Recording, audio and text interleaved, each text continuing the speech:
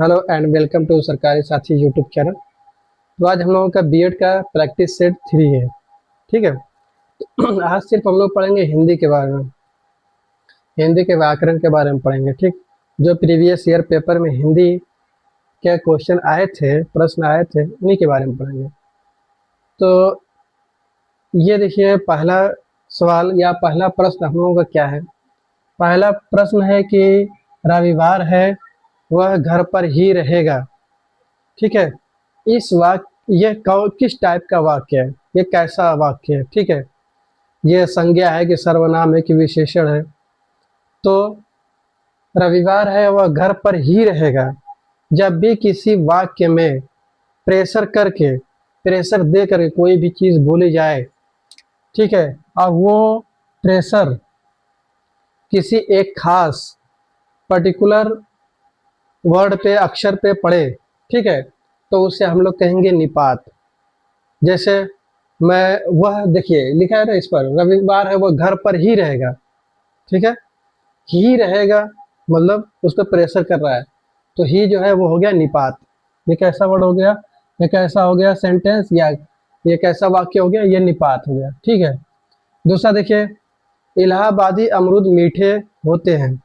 अब इसमें पूछा है कि इसकी विशेषता क्या है। इसकी विशेषता, इसमें इलाहाबादी है कि अमरूद है कि मीठे है, तो इसमें इलाहाबादी।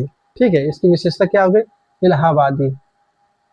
फिर देखिए, बिहारी की रचना, बिहारी की जो रचना है सद सही बिहारी की रचना है, वो किस भाषा में लिखी गई है, तो वो ब्रज भाषा में लिखी गई है। ठीक है। ज्ञानपीठ पुरस्कार, प्रश्न नंबर 4, ज्ञानपीठ पुरस्कार किस क्षेत्र में दिया जाता है। तो ज्ञानपीठ पुरस्कार पहली बात की इसकी शुरुआत करी हुई थी 1965 ईस्वी से, और ये किस एरिया में दिया जाता है, तो ये दिया जाता है भाषा के क्षेत्र में। ठीक है। तो सबसे पहले किसको दिया गया, सबसे पहले जिसको मिला वो थे जी शंकर कुरूप। ठीक है। भाषाओं के क्षेत्र में जितनी भाषाएं बोले जाते हैं उसी के क्षेत्र में ये दिया जाता है ज्ञानपीठ पुरस्कार। ठीक है। प्रत्यंग, प्रत्यंग में अव्ययी भाव समास कौन सा, कोई पूछे प्रत्यंग में कौन सा समास है, तो अव्ययी भाव समास। अब अव्ययी भाव समास किसे कहते हैं, अव्ययी भाव समास उसे कहते हैं जिसका प्रथम पद प्रधान होता है। क्या होता है, प्रथम पद प्रधान होता है और ये अवयव होता है। ठीक है। प्रथम पद क्या होता है, प्रथम देखिए प्रत्यंग, तो प्रथम पद प्रधान है और ये अव्यय है। ठीक है, अव्यय है। ठीक है। अब अवयव किसे कहेंगे, अवयव किसे कहेंगे, अवयव उसे कहेंगे कि जो संज्ञा या सर्वनाम या कोई भी पर्सन हो, ठीक है, उसके अनुसार उसमें कोई भी बदलाव नहीं होता, उसके सेंटेंस में, उसके वाक्य में कोई भी बदलाव नहीं होता, उसे हम लोग कहेंगे अवयव। उसे हम लोग क्या कहेंगे, अवयव। ठीक। उदाहरण के लिए लिखिए, वह यहाँ आएगा। ठीक, वह यहाँ आएगा। अब मैं वह की जगह अगर तुम लगा दूं तो तुम यहाँ आओगे। अगर लगा दूं कि सानिया यहाँ आएगी तो सानिया लगा देंगे। मतलब कोई भी पर्सन का नाम, कोई भी जगह, कुछ भी लगाने से ये जो यहाँ का बीच का वाक्य है, इसमें कोई भी बदलाव अगर नहीं होता है तो उसे हम लोग कहेंगे अवयव। जैसे यहाँ देखिए, तुम अब जाओ, तुम की जगह वह भी लगा सकते हो। ठीक है। किसी का नाम भी ले सकते हो, ऐसा है। ठीक, ठीक है। अब देखिए, प्रश्न नंबर 7 है तद्भव तत्सम। तद्भव किसे कहेंगे, तद्भव उसे कहेंगे, उस शब्द को कहेंगे जो संस्कृत से, सॉरी, तद्भव उसे कहेंगे जो हिंदी से बना हो, और तत्सम को उसे कहेंगे जो संस्कृत से निकल करके बना हो। जैसे हिंदी से क्या मिलकर बना है, आखर, आखर का तत्सम अक्सर पूछा जाता है, रिपीटेड क्वेश्चन है ये एग्जाम में। ठीक है। आखर का अक्षर, आखर का तत्सम अक्षर। कंधा का, कंधा का सकंद, कंधा का सकंद।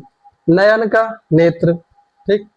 फिर उसके बाद देखिए, अब यहाँ हम लोग कारक और विभक्ति के बारे में थोड़ा जानना है। ये इससे एक दो प्रश्न अनिवार्य है कि ये एग्जाम में आता ही आता है। कर्ता, देखिए कारक में देखिए, कर्ता सबसे पहले आएगा कर्ता। कर्ता क्या आ जाएगा, ने। कर्म को करण से के द्वारा, संप्रदान के लिए, आपादान से। ठीक है। आपादान से, संबंध का की के, अधिकरण मैं पर, संबोधन हे और अरे। अब देखिए कर्ता ने, ये कैसे यूज होगा, प्रयोग इसका देखेंगे। हामिद ने, ठीक है, कर्ता ने खाना खाया। देखिए तो आ गया कारक, क्या आ गया, ने। कारक क्या आ गया, विभक्ति, विभक्ति चिन्ह उसका क्या आ गया, ने।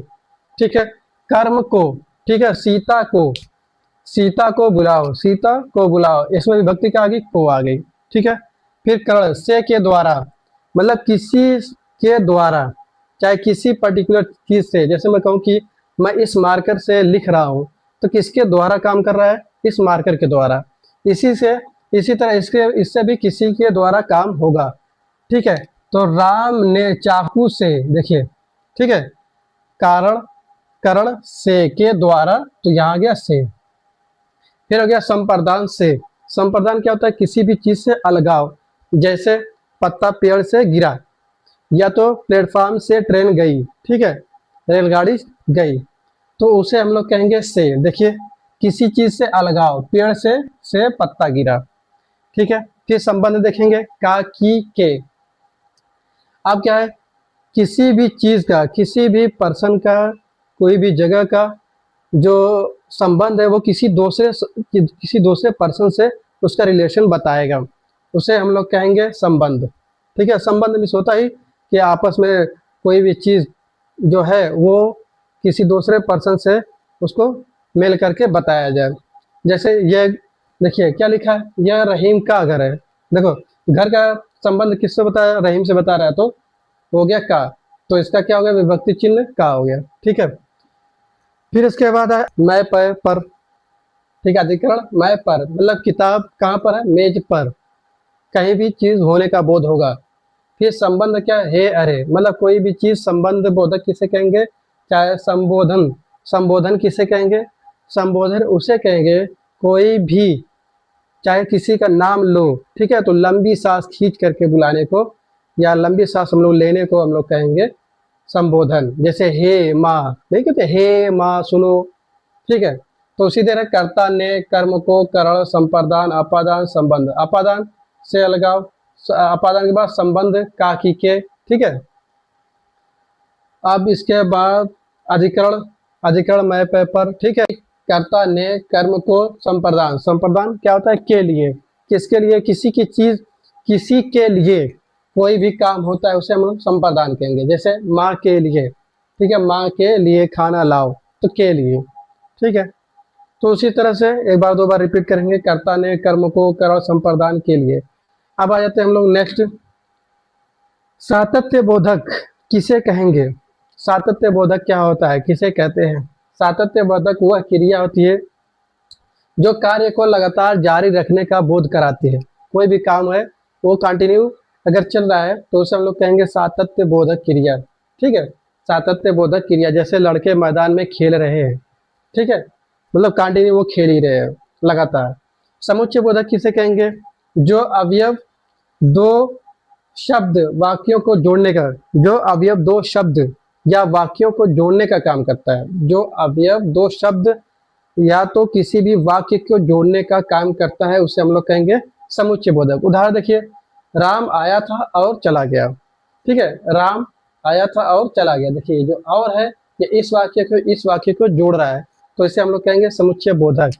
तो देखिए राम, ये राम आया था तो राम को जोड़ रहा है इससे, और चला गया, तो और ये क्या है, समुच्चय बोधक। ठीक है, फिर देखते दंत, दंत वर्ण किसे कहेंगे, दंत वर्ण उसे कहेंगे जो दांत से ज्यादातर बोलने में दांत का प्रयोग होता है, जैसे त, थ, द, न। ठीक, फिर आए पुरुषवाचक सर्वनाम। पुरुषवाचक सर्वनाम किसे कहेंगे, जो सर्वनाम वक्ता बोलता है, ठीक है, वक्ता बोलता है और श्रोता सुनने वाले या किसी अन्य पुरुष के लिए प्रयुक्त होता है। ठीक है, वक्ता बोलता है और श्रोता सुनने वाले या किसी अन्य पुरुष के लिए प्रयुक्त होता है। जैसे आप जहाँ भी रहते हैं खुशियों का माहौल रहता है। आप जहाँ भी रहेंगे, ये नहीं बोलते आप जहाँ भी रहते हैं खुशियों का माहौल रहता है। ठीक है, तो ये हो गया पुरुष। आप क्या करें, आप मतलब जिससे वो बोल रहा है उसका जो उसका इम्प्रेशन है वो किस पर पड़ रहा है, वो श्रोता पे पड़ रहा है। सुनने वाले पे पड़ रहा है, उसको अच्छा लग रहा है, तो इसे हम लोग कहेंगे पुरुषवाचक सर्वनाम। ठीक है। अब हिंदी के नाटक आधे अधूरे के लेखक, हिंदी के नाटक आधे अधूरे के लेखक कौन है? एग्जाम में अक्सर पूछता है। तो हिंदी के नाटक आधे अधूरे के लेखक हैं मोहन राकेश, और इन्हीं का एक और है आषाढ़ का दिन, चाहे आषाढ़ का एक दिन, इन्हीं का एक और नाटक है। ठीक है। फिर नेक्स्ट और लास्ट वन है पूर्वकालिक क्रिया, क्रिया किसे कहते हैं? पूर्वकालिक क्रिया किसे कहेंगे? पूर्वकालिक क्रिया उसे कहते हैं जो कर्ता एक क्रिया समाप्त करके फिर दूसरी क्रिया करना स्टार्ट करेगा। ठीक है, उसे हम लोग कहेंगे पूर्वकालिक क्रिया। जैसे कर्ता क्या करेगा? एक काम करके समाप्त करके दूसरा काम स्टार्ट करेगा। जैसा अब पढ़कर, देखिए एक काम समाप्त हो गया, अब ये पढ़कर, अब फिर कह रहा है क्या होगा, अब पढ़कर क्या करेगा? वो दूसरा कोई काम करेगा। ठीक है, दूसरा काम करने के लिए, इसलिए यहाँ पर हो गया पूर्वकालिक क्रिया। ठीक है, तो ये हिंदी का सेट 3 था आज, और नेक्स्ट आएगा सेट 4 हिंदी का। ठीक है, इसी तरह से रीजनिंग का भी आएगा। आई होप आप लोगों को ये बात समझ में आ रही होगी। ठीक है, मिलते हैं नेक्स्ट वीडियो में, तब तक के लिए जय हिंद जय भारत।